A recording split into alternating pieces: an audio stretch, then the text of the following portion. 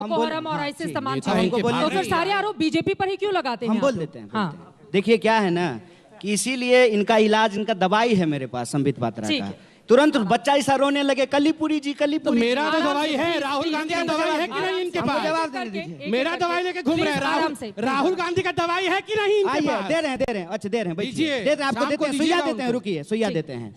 पहला सवाल, आज संबित पात्रा ने अपने बरबोलेपन में देश की जनता को बता दिया कि अगर आप महंगाई से परेशान हैं, अगर आप बेरोजगारी से परेशान हैं, किसान को आत्महत्या करनी पड़ रही है, इस देश में सरकारी संस्थान बेचे जा रहे हैं, कर्मचारियों की नौकरी छीनी जा रही है, इसका एक इलाज है कि भाजपा को चुनाव में हरा दीजिए।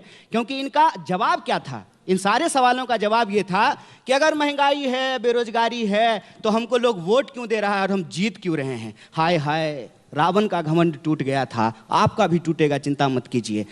देश की जनता से इस बड़े मन से मैं अपील करना चाहता हूं कि भाजपा की एक दवाई, चुनाव में इनको हार की घुट्टी पिलाई जाए, ये तुरंत ठीक हो जाएंगे। दूसरी बात, ये बार बार कांग्रेस के किसी नेता ने क्या किताब लिखा है उस पर बात करते रहते हैं।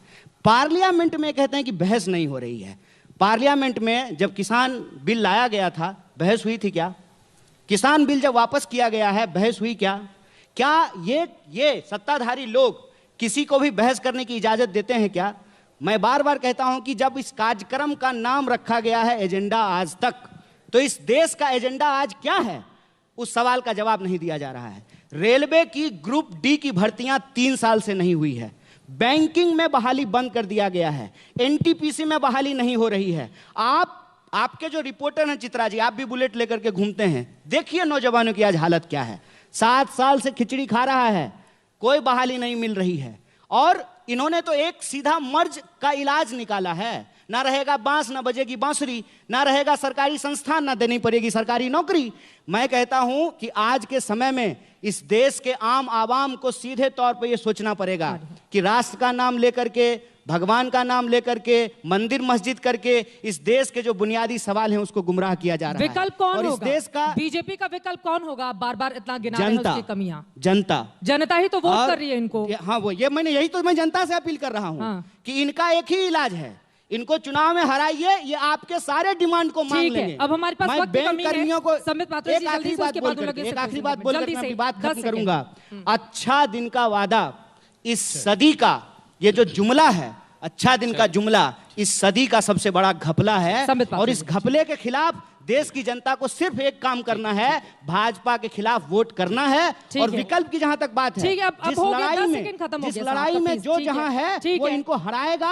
और ये जो इधर उधर की बात करते हैं ना कि मोदी के सामने कोई इंडिविजुअल नहीं है, ये कहते हैं कि मोदी के सामने कोई इंडिविजुअल नहीं है। मोदी के सामने इस देश की 135 करोड़ जनता खड़ा होगी। और 45 साल में सबसे ज्यादा बेरोजगारी हुई है। संबित पात्रा जी, कन्हैया जी, हो गई आपकी बात। संबित पात्रा जी, वक्त की कमी है, जल्दी से अपनी बात। चित्रा जी, आप जानते हैं जब ये प्रश्न पूछा जाता है बताओ मोदी का विकल्प कौन होगा, तब जो उत्तर ये देते हैं ना कि 135 करोड़ जनता होगी, इसका अर्थ है कि इनके पास नेता नहीं है, उसका विकल्प कौन होगा।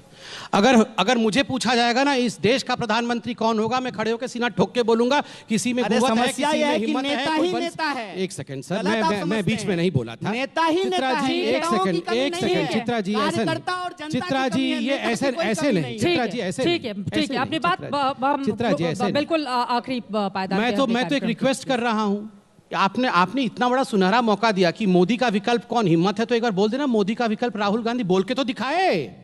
मुंह से निकलेगा नहीं, मुंह से निकल भी नहीं रहा है मोदी का विकल्प राहुल गांधी। ये चले हैं चुनाव जीतने के लिए, इनके मुंह से नहीं निकल रहा है। अरे ममता नहीं मान रही है, अखिलेश नहीं मान रहा है, मायावती नहीं मान रही, कोई तो इनको विकल्प, कांग्रेस के अंदर के G23 इनको विकल्प नहीं मान रहे हैं। अब राहुल गांधी, सर मैं आपके बीच में एक सेकंड नहीं बोल रहा हूं।